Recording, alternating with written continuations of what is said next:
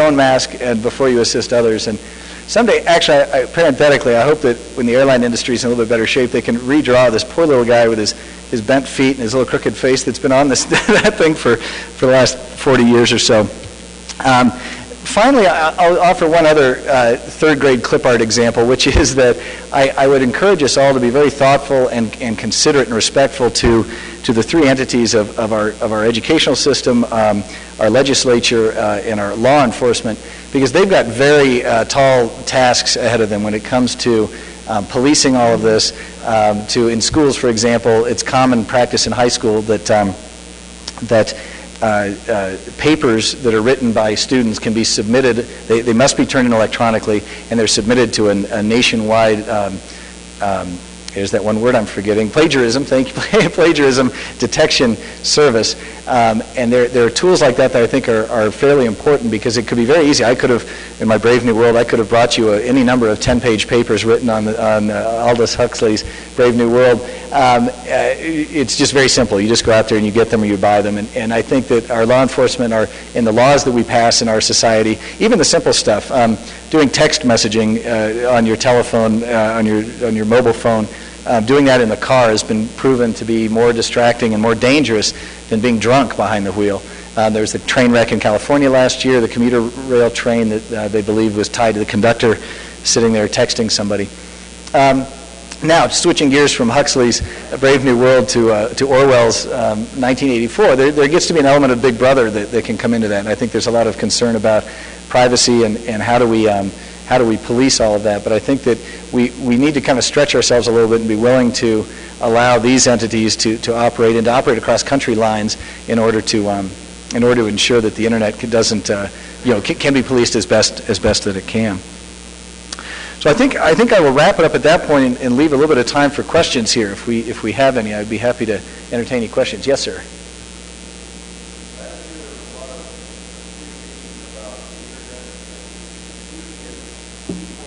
I can repeat the question if you like. Yes, I'm sorry.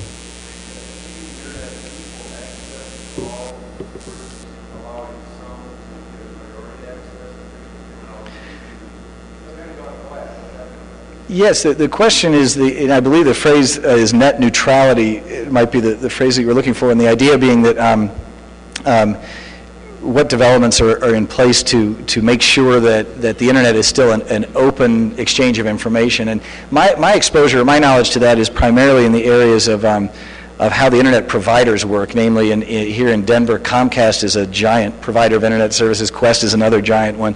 And the rules in which those companies operate and compete with one another, I believe that was a piece of the puzzle, that trying to keep, basically what those companies are challenged with is the idea that some users are going to be using much more bandwidth, going to be transferring a lot more data than others, and they're trying to kind of put restrictions on how users can use their accounts. But I think it also applies to how free that competition is, and at what point does a provider of internet, if I'm Comcast and I'm providing internet to your home, do I need to provide it to you all the time? Do I need to provide you access to the entire internet? So I don't know of anything new in that area, other than I believe at least domestically, there's been a lot of discussion about the competition between those companies and the rules under which the FCC, for example, manages them. So I'm sorry, I didn't give you a very good answer there, but that's what I know about that. Yes, sir.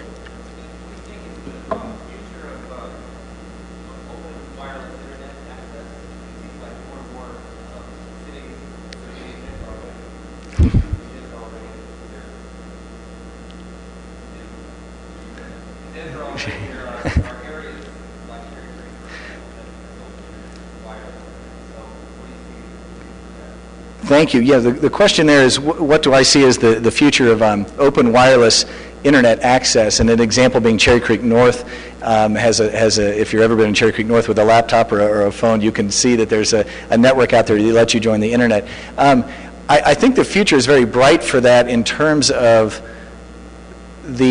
those of us as consumers. I think dollars will be heading in that direction to let us not only do that type of wireless access, but also there's a type called WiMAX, which is a broader, a longer scale wireless transmission.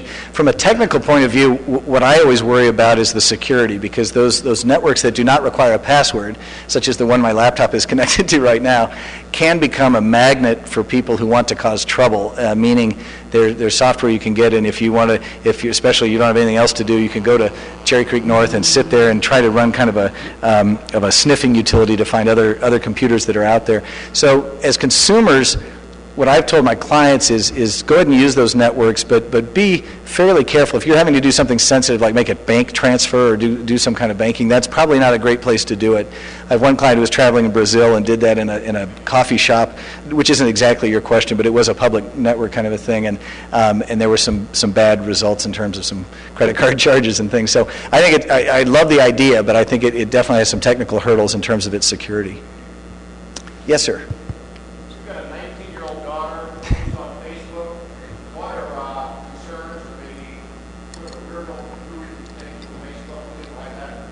That's a good question. Thank you. A 19-year-old daughter who is using Facebook, the service I mentioned earlier, and how can we weirdo-proof it? I think the simple answer to that question, 19 is a tricky age, though, actually. I could give you a different answer if it was 9 or something. But anyway, the real answer to your question is there, literally on the Facebook page, there's settings. There's the word settings, and it's got security settings in there. And I think that that you literally, if your 19-year-old is up for this, of sitting down and you can very strictly govern who's allowed to see what, and you can, what I've done in my Facebook page is basically said, only people who have been deemed my friends can really do anything other than just find me on Facebook.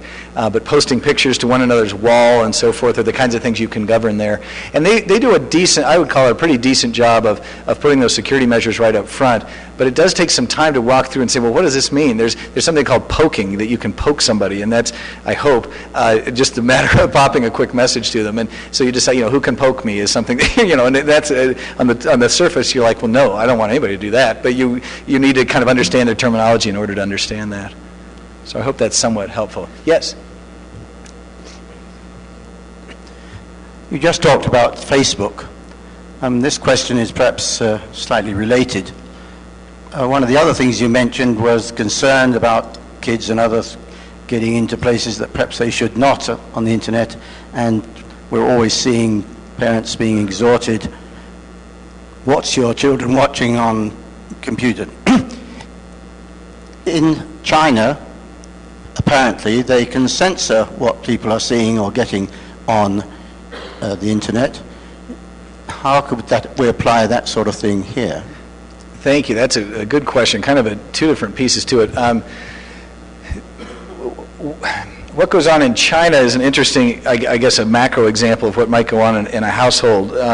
In China, there are a lot of websites out there that the government does not want their people to get access to, and they kind of have this constant battle of finding out what those websites are and trying to censor them. They also have some physical control of all the fiber optic cables that come into the country. So they can a little bit better manage that flow of information. By the way, the fiber optics, that's the laser invention from 1960 that's so important, is that's what's allowing our information to zip around the world so quickly. So thank you for that, too. What I've seen with my clients is that there are good software solutions out there, meaning programs that you can buy or subscribe to, who have a staff of people that are continually archiving and gathering information on new websites as they get developed. And it is a subscription service. It works pretty well to keep kids out of objectionable sites. You can control the number of hours that they can access, time of day, but you can even more importantly say, the following categories are disallowed. So I've got a lot of people doing that. I would caution you, though, back to the airline analogy again. The tricky thing my clients fight is that they can kind of have a nice setup at home where all that's squared away, and sure enough, there'll be some friend of your daughter, your son, your granddaughter, grandson who does not have that, and so that's when that human element comes back in when we're dealing with our children. Again, 19-year-old, that's a tricky. That could be a tricky age because that's clearly on the adulthood or the verge of. But I think that what I've seen the best success with is kids are going to find a way, if they want to, they will find a way to get around those things. But you can set up something at home that's basically impregnable and with the right password setup and consultation.